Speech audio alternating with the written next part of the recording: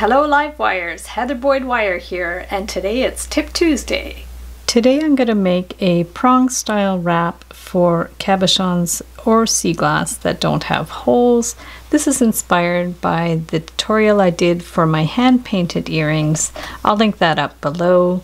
What you're going to need for this project is a 20 gauge wire if you're going to use the jig.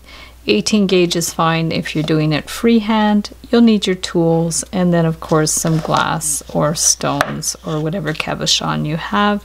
If you have the Artistic Wire Deluxe Jig Kit, that's great. If not, you could definitely do them freehand.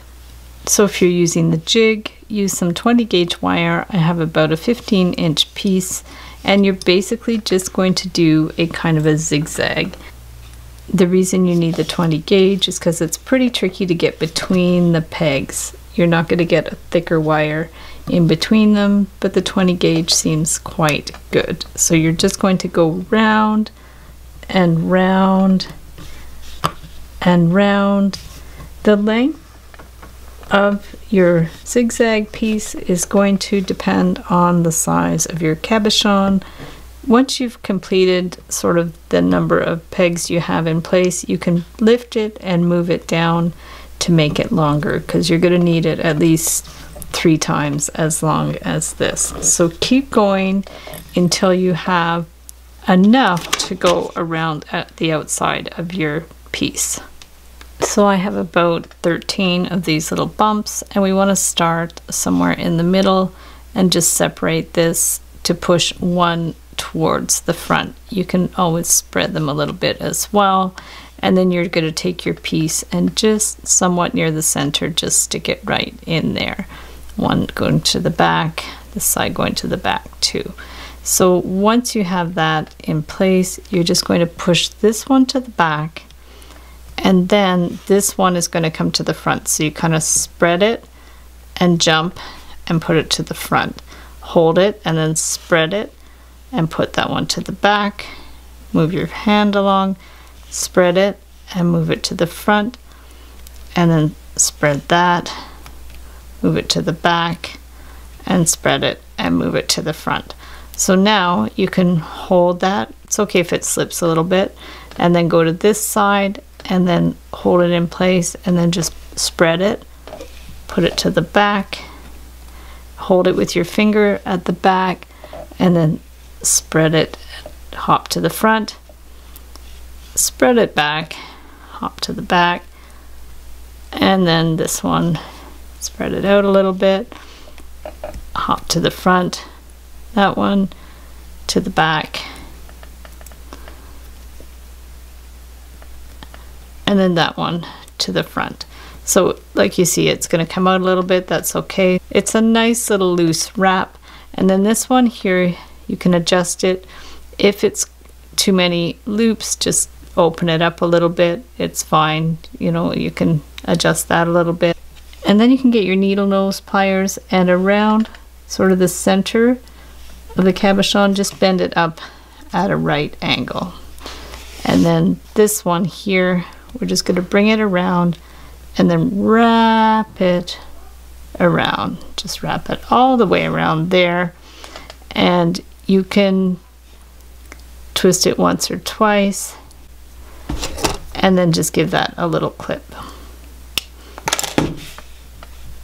And then from here we can do a little bail at the top, so just bend that out at a right angle, and then you can get your bail making pliers and just do 1 or 2 loops at the top. So just take this, you can bend it around twice if you like, just bring it around twice, and then bend this back over here to finish it up. Give it a clip, and then you can do any adjustments that you need. You could center this over a little bit more, push these ones in place, and there you have a funky little wrap. So if you don't have the jig, just use some round pliers or your bail making pliers. If you're using a thicker piece, you're going to have to make the loops quite a bit wider. So just take this, go in, and where they used to be like about 1/4 inch, you could even go like 1/2 inch or a little bit more if you have to.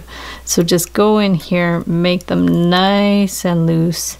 You're gonna have to make them pretty wide. You can even go to this wider part of the pliers, and then just go ahead and keep forming your loops. Might take a little bit of trial and error. You can always start with some craft wire. Use some wire that you don't mind playing around with. That's always good advice if you're doing a new design and you want to try something different. Just use some cheap wire, it's fine. Even dollar store wires are good to practice. And we're just going to play around with this, keep going back and forth, and you probably won't need as many loops for this one because they're going to be spaced further apart. So you can just start with a few, and then you can always adjust after. So if we just start with that many, we're just going to pull this apart a little bit and then just bring the piece in here. These ones are really slippy, these stones, so it's going to be a little bit trickier to do. So we'll just bring that one in here and bring that one to the back, and then that one to the front, and that one to the back, and around here too. So we're just going to bring that one to the front, and that one to the back, and that one to the front, and then that one to the front again. So this one we needed another one, but you could even like loosely bring it around. You can get your pliers if you need to help it a little bit. Then you want to do a bit of a right angle bend at the center. You could just pull this one out and then wrap it around here. So we're just going to take this one and wrap it around. And then we can clip it. And then we can pull that one that way and make our bail. Again, we're just going to bring it around a couple of times.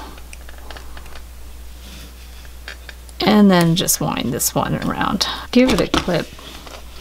And there you have like a very loose kind of prong wrap. You can definitely play around with it. If these loops are closer together, you'll have more loops around the outside, but it definitely holds it in place. If you put the loops closer together, you'll be able to fit more prongs around the outside, but you'll see it looks interesting on the front and on the back, and you can just really play around with the design.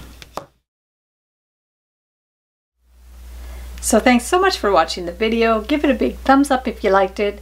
Be sure to subscribe to my channel for lots more wire art and jewelry making videos. Hit the notification bell to be notified when I go live and when I post new videos. And if you'd like to share photos of your wire art and jewelry, be sure to join the Wire Makers Club on Facebook. And if you'd like to check out my work on Etsy, my husband and I specialize in custom wedding cake toppers and funky jewelry. I also have a mailing list, so if you'd like to sign up below, I'll send you my Wire Art Essentials ebook.